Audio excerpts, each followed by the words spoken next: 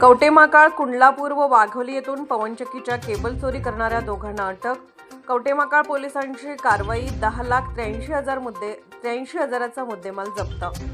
सांगली जिल्ह्यातील कवटेमहाकाळ तालुक्यातील वाघोली ते कुंडलापूर गावच्या हद्दीत असलेल्या पवनचक्कीच्या तांब्याच्या केबल चोरी करणाऱ्या घाटनांद्रे गावातील योगेश सुबराव साठे वय 28, रोहित पांडुरंग कोळी वय 29 या दोघांना अटक करण्यात आली आहे. तर या प्रकरणातील पोलीस निरीक्षक प्रवीणकुमार कांबळे यांनी दिलेली आहे.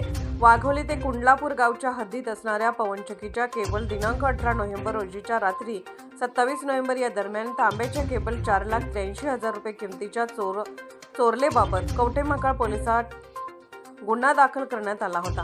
कवटेमहाकाळ पोलीस ठाण्यातील गुन्हे प्रकटीकरण शाखेकडे श्रीमंत करे व अभिजित कासार यांना मिळालेल्या माहितीच्या आधारे अल्टो कार रायवाडी ते नागद संशयित फिरत असल्याची माहिती मिळाली. मिळालेल्या माहितीच्या आधारे या ठिकाणी पोलीस गस्त करीत असताना यल्लामा मंदिराच्या जवळ एक संशयित कार मिळून आली.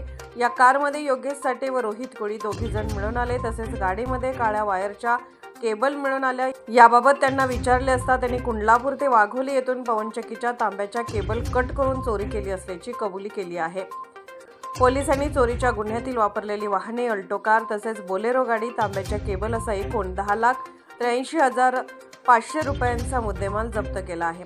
या कारवाईमध्ये पोलीस अधीक्षक संदीप घुगे, अपर पोलीस अधीक्षक कल्पना बारोकर, उपविभागीय पोलीस अधिकारी जत विभाग सचिन थोरबोले यांच्या मार्गदर्शनाखाली पोलीस निरीक्षक प्रवीणकुमार कांबळे, सहाय्यक पोलीस निरीक्षक कोळेकर, सहाय्यक पोलीस फौजदार Sanjay Kamble, police head constable श्रीमंत करे, नागेश मासाळ, अभिजित कासार, सिद्धाराम कुंभार, शीतल जाधव, अभिजित पाटील, अजय पाटील यांनी सहभाग घेतला.